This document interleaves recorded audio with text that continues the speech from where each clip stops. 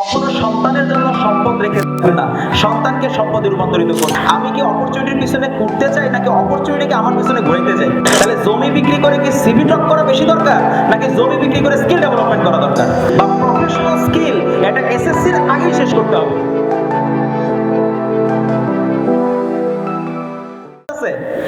তাহলে আপনি চিন্তা করেন আপনার বাচ্চাটা বা আপনি নিজে পড়াশোনা শেষ করে আপনার স্কিল বা এক্সপেরিয়েন্স না থাকলে আপনার মার্কেট প্লেসে কোনো দাম নাই। আমাদের ক্যারিয়ারের অবস্থা সেম। 5টা ফাউন্ডেশন দিয়ে 10টা করতে চাচ্ছি, এই জন্য ভেঙে পড়ে যাচ্ছে, ক্যারিয়ারে ভালো করতে পারছি না। তাহলে ফাউন্ডেশন আগে না বিল্ডিং আগে? ফাউন্ডেশন যদি আগে হয় তাহলে আপনি এই যে এসএসসি শেষ করে ফেললেন, এইচএসসি শেষ করে ফেললেন, অনার্স শেষ করে ফেললেন, মাস্টার্স শেষ করে ফেললেন, এখনো আপনি ফাউন্ডেশনই ঠিক করলেন না, কিন্তু আপনি 10তলা বিল্ডিং করতে চাচ্ছেন, এটা হবে না। আপনাকে ফাউন্ডেশন আগে দিতে হবে। তাহলে আপনার পার্সোনাল স্কিল বা প্রফেশনাল স্কিল এটা এসএসসির আগেই শেষ করতে হবে। যে কারণে আমরা ক্যাম্পাস টু ক্যারিয়ার প্রোগ্রাম এখন পরিচালনা করতেছি এসএসসি, এইচএসসি আর অনার্সের জন্য, কিন্তু আমরা এটা শুরু করতে যাচ্ছি ক্লাস 3 থেকে। কেন? কারণ ক্লাস 3 এর বাচ্চাটাকে আগে স্কিল ডেভেলপ করতে হবে। সে যেন ক্লাস 3 তে থাকতেই এই কমিউনিকেটিভ ইংলিশে এক্সপার্ট হয়, চমৎকারভাবে ইংরেজিতে কথা বলতে পারে, আইটিতে সে এক্সপার্ট হয়। তাহলে কি অনেক ভালো এগিয়ে যাবে না আমাদের ছেলে মেয়েরা? মানে এই স্কিলগুলো আগে থেকে দিতে হবে, এগুলো কমন স্কিল, এগুলো ছাড়া সামনে এগিয়ে যাওয়ার কোনো সুযোগ নাই। আপনার ছেলেটা ইংরেজিতে চমৎকারভাবে কথা বলতে পারে কিনা, আপনার ছেলেটা আইটিতে এক্সপার্ট কিনা, কারণ এখন বাংলাদেশে ক্লাস 3 না, ক্লাস 1-2 এর বাচ্চারা ইংরেজিতে আইটিতে এক্সপার্ট। আর আমরা যদি পিছিয়ে থাকি তাহলে কি এগিয়ে যাওয়ার কোনো সুযোগ থাকবে? থাকবে না। এই জন্য আমাদের স্কিল এন্ড এক্সপেরিয়েন্স ডেভেলপ করতে হবে। কেন আমরা পার্সোনাল ব্র্যান্ডিং করব? বিকজ আমরা অনেকের মধ্যে অন্যতম হতে চাই। Yes or no? আমরা কি অর্ডিনারি হতে চাই নাকি এক্সট্রা অর্ডিনারি হতে চাই? সবাই এক্সট্রা অর্ডিনারি হতে চায়, কিন্তু কেউ এক্সট্রা কাজ করতে রাজি নাই, রাইট? সবাই এক্সট্রা অর্ডিনারি হতে চায়, কিন্তু কেউ এক্সট্রা কাজ করতে রাজি নাই। যেমন ঘুরে বেড়াচ্ছে আর আপনি এখানে এসে কি বক বক শুনতেছেন, কি রাইট অর রাইট?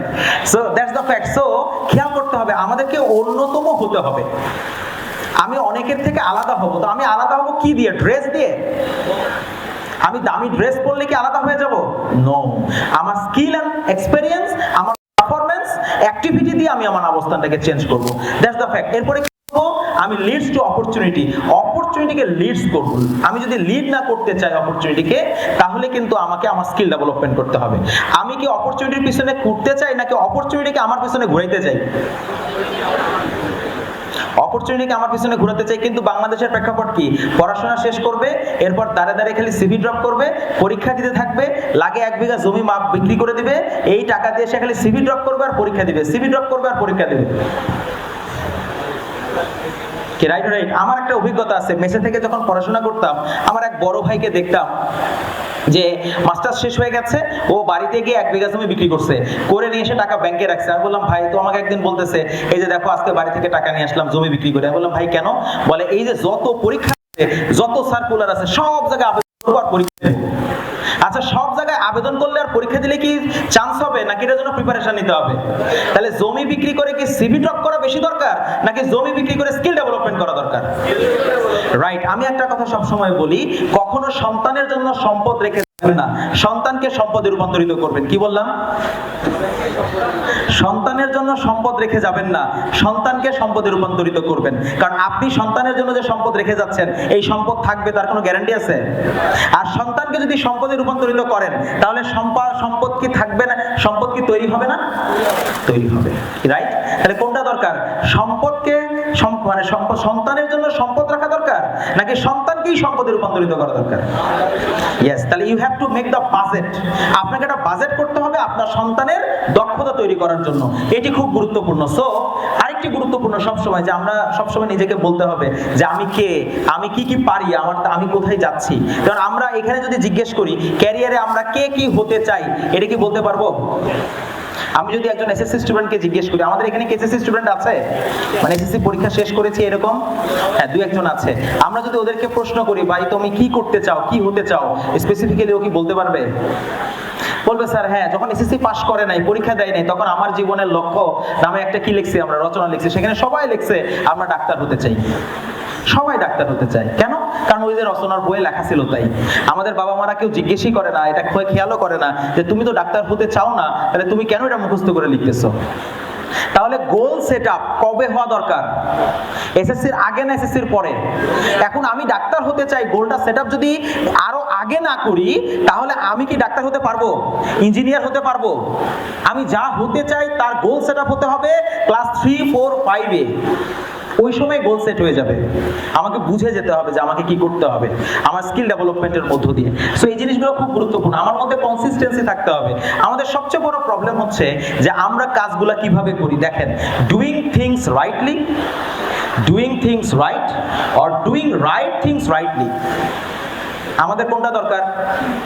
চলেন, প্রথমটা কি লেখা আছে? Doing things rightly. তারপরে কি লেখা আছে? Doing things right. তারপরে কি লেখা আছে? Doing right things. আমাদের কোনটা দরকার? সঠিক কাজ করা দরকার, সঠিকভাবে করা দরকার, নাকি সঠিক কাজ সঠিকভাবে করা দরকার? তাহলে যে কাজটা করব সেই কাজটা সঠিক কিনা এইটা তো আগে ক্লারিফাই করতে হবে, রাইট? এরপরে সেই কাজটা সঠিকভাবে করতে পারতে হবে, এই তো বিষয়টা। তাহলে আমাদের প্রথম কাজ হলো ডুইং রাইট থিংস রাইটলি। এখন আমার প্রশ্ন, আমরা কি সঠিক কাজ সঠিকভাবে করতেছি? সঠিক কাজকে সঠিকভাবে করতেছি? এটা একটা বড় প্রশ্ন আমাদের জন্য। সঠিক কাজটা সঠিকভাবে করতে হবে এবং আমাদের মধ্যে ক্রেডিবিলিটি তৈরি করতে হবে। আমাদের বাচ্চাদের ক্রেডিবিলিটি এখন থেকে তৈরি করতে হবে। আমার ক্রেডিবিলিটি যদি এখন থেকে তৈরি না, আমার খুব সৌভাগ্য হয়েছে, আমার ক্রেডিবিলিটি তৈরি হয়েছে ক্লাস 5-এ। ক্লাস 5-এ আমার বাবাকে আমার এলাকার মানুষ আমার পরিচয়ে চিনত। It's my achievement. এবং এখানে আমার বাবা মায়ের অনেক অবদান আছে। কেন? আমি তখন আমার থানার সেরা ছাত্র ছিলাম। আমার থানার ওসি থেকে বাস্তবসম্মত শিক্ষায় শিক্ষিত হতে হবে আমাদেরকে। Yes or no? So that's the fact. So এই জন্য মাথায় রাখতে হবে, সবচেয়ে বড় সমস্যা হচ্ছে আমরা যখন কাজ করতে যাই, আমরা যখন অ্যাক্টিভিটি করতে যাই, তখন আমাদেরকে এই জিনিসগুলো ধ্বংস করে দেয়, আমাদের গতি রোধ করে। এগুলো হচ্ছে আমাদের জন্য স্পিড ব্রেকার। লাইফে স্পিড ব্রেকার হচ্ছে এগুলো, যা আমার স্পিডকে থামিয়ে দেয়। সেটা হচ্ছে আমার মধ্যে চিন্তা শুরু হয়, বিভিন্ন ধরনের দুশ্চিন্তা। দুশ্চিন্তা আছে না নাই? ইস, এত দুশ্চিন্তা কিসের? কিসের জন্য এত দুশ্চিন্তা? কার জন্য এত দুশ্চিন্তা? সো দুশ্চিন্তার কোনো কারণ নেই, কারণ দুশ্চিন্তা করে কোনো লাভ নাই। টেনশনে কখনো সমাধান আসে না। টেনশন করলে সমাধান আসবে না, বরং সমস্যা বাড়বে। তাই চিন্তার বিরুদ্ধে যুদ্ধ করতে হবে। খারাপ চিন্তা, কুচিন্তা, দুশ্চিন্তার বিরুদ্ধে যুদ্ধ করতে হবে আমাদের। এরপরে ফাইট উইথ ইউর ইগো। আমাদের মধ্যে অহংকার আছে না নাই? অহংকার আমাদের একমাত্র ধ্বংসের কারণ। তাহলে আমরা অহংকার করব, তাহলে অহংকারকে না বলি। Yes or no? তাহলে একটু স্লোগান দেই, অহংকারকে right. After that fight with your anger. আমাদের প্রচুর রাগ করে আর পড়াশোনাই করি না। Yes or no? বাট এই রাগটা করা দরকার যে রাগ করে পড়াশোনা শুরু করে দিব। Yes or no? আমাদের মধ্যে কোনটা কাজ করতেছে? রাগ করে আর পড়াশোনাই করব না। এরকম আছে না নাই? এরকম কি আমরা এখানে কেউ আছি? এখানে নাই, আমি জানি। তো এরকম আছি। সো আমরা রাগ করে ভাগ হারাইতে চাই না। তাহলে রাগকে না বলুন, কি বলতে হবে? তাহলে আমি বলবো রাগকে, আমরা কি বলবো? রাগকে yes. So after that fight with your emotions. এখনই তো আবেগের সময়। এই যত বয়স বাড়তেছে এখন তত আবেগ বাড়তেছে, তাই না? এত বেশি ইমোশন, আমরা ইমোশন, আবেগ আর ধরে রাখা যাচ্ছে না। কিন্তু আবেগ যে কন্ট্রোল করতে পারবে না, সে লাইফে কখনো সাকসেসফুল হতে পারবে না। এই জন্য বলছিলাম 4C, কন্ট্রোল। কি বলছিলাম? কন্ট্রোল। তাহলে আপনি আপনার চিন্তাকে কন্ট্রোল করবেন, আপনি আপনার অহংকারকে কন্ট্রোল করবেন, আপনি আপনার রাগকে কন্ট্রোল করবেন, আপনি আপনার ইমোশনকে কন্ট্রোল করবেন। Yes or no?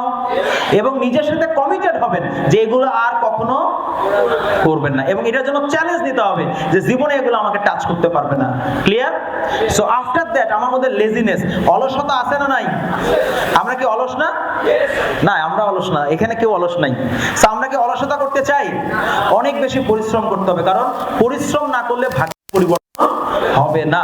সো আমাদের মধ্যে ইনঅ্যাক্টিভিটি, অকর্মণ্যতা, কাজ না করার মানসিকতা, কাজ না করে সফল হতে চাই। কাজ না করে সফল হওয়া যায়? যাবে না। So mind it. So if you win the fight against yourself, you will win all the competitions in this world. জীবন যুদ্ধে যদি সফল হতে চাও, তাহলে নিজের সাথে যুদ্ধে জয়ী হতে হবে, অন্যের সাথে নয়। কারণ আমাদের এই পৃথিবীতে কেউ প্রতিযোগী নয়, আমি আমার একমাত্র প্রতিযোগী। প্রতিযোগিতা আমার সাথে। I am the competitor of myself only. Yes or no? তাহলে যুদ্ধ কার সাথে? যুদ্ধ কার সাথে? আমার সাথে। অন্যের সাথে কোনো যুদ্ধ নাই। নিজের সাথে যুদ্ধে যে জয়ী হবে, দুনিয়াতে সে সফল হবে। Yes or no? So mind it. So আমাদেরকে আমাদের স্বপ্নের জন্য ফাইটটা করতে হবে। আমাদের কি স্বপ্ন আছে? স্বপ্ন দেখি আমরা। একটা চমৎকার স্মার্টফোন লাগবে, একটা ল্যাপটপ লাগবে, একটা বাইক লাগবে, একটা কার লাগবে। কি স্বপ্ন আছে? তাহলে এই স্বপ্ন বাস্তবায়নের জন্য কি আমাদেরকে কাজ করতে হবে না? নিজেকে কাজ করার আগে নিজেকে তৈরি করতে হবে না? ইয়েস, এই কাজগুলো নিয়ে আমাদেরকে কাজ করতে হবে। সো মনে রাখতে হবে, dreams don't work unless you do. কাজ না করলে স্বপ্ন বাস্তবায়ন হবে না। So start where you are, use what you have and do what you can. যা আছে, যা কিছু আছে, তাই নিয়ে শুরু করতে হবে। বসে থাকার কোনো সুযোগ নাই। সো এবং সবচেয়ে বড় প্রবলেম হচ্ছে, আমরা সবাই সফলতার জন্য কাজ করি, এগিয়ে যাই। সমস্যা হচ্ছে মাঝপথে আমরা বিপথে চলে যাই, কারণ আমাদের একজন মেন্টর নাই। আমি আমার লাইফে সবসময় দুটো কথা বলি, লাইফে সাকসেসফুল হতে হলে একজন মেন্টর লাগবে, ওস্তাদ লাগবে। কি লাগবে? ওস্তাদ। কার মেন্টর? কার কার মেন্টর আছে দেখি? মেন্টর কে কে আছে? কার কার আছে যে আমার মেন্টর আছে, আমি উনি যা বলে তাই শুনি, ওনার বাইরে কোনো কথা বলি না? কে কে আছে দেখি? মেন্টর কার কার আছে? ওস্তাদ। ওস্তাদ মানে কি? ওস্তাদ যা বলবে, ওস্তাদ যদি বলে আজকে সারাদিন রোদের মধ্যে দাঁড়া থাকতে হবে, তাহলে তাই থাকবে। এরকম ওস্তাদ কার কার আছে দেখি? একজন, দুইজন, মানে সবার নাই। তাহলে আমাদের প্রত্যেকের একজন কি লাগবে? মেন্টর। আমার লাইফে সবচেয়ে সেরা মেন্টর হচ্ছে আমার মা।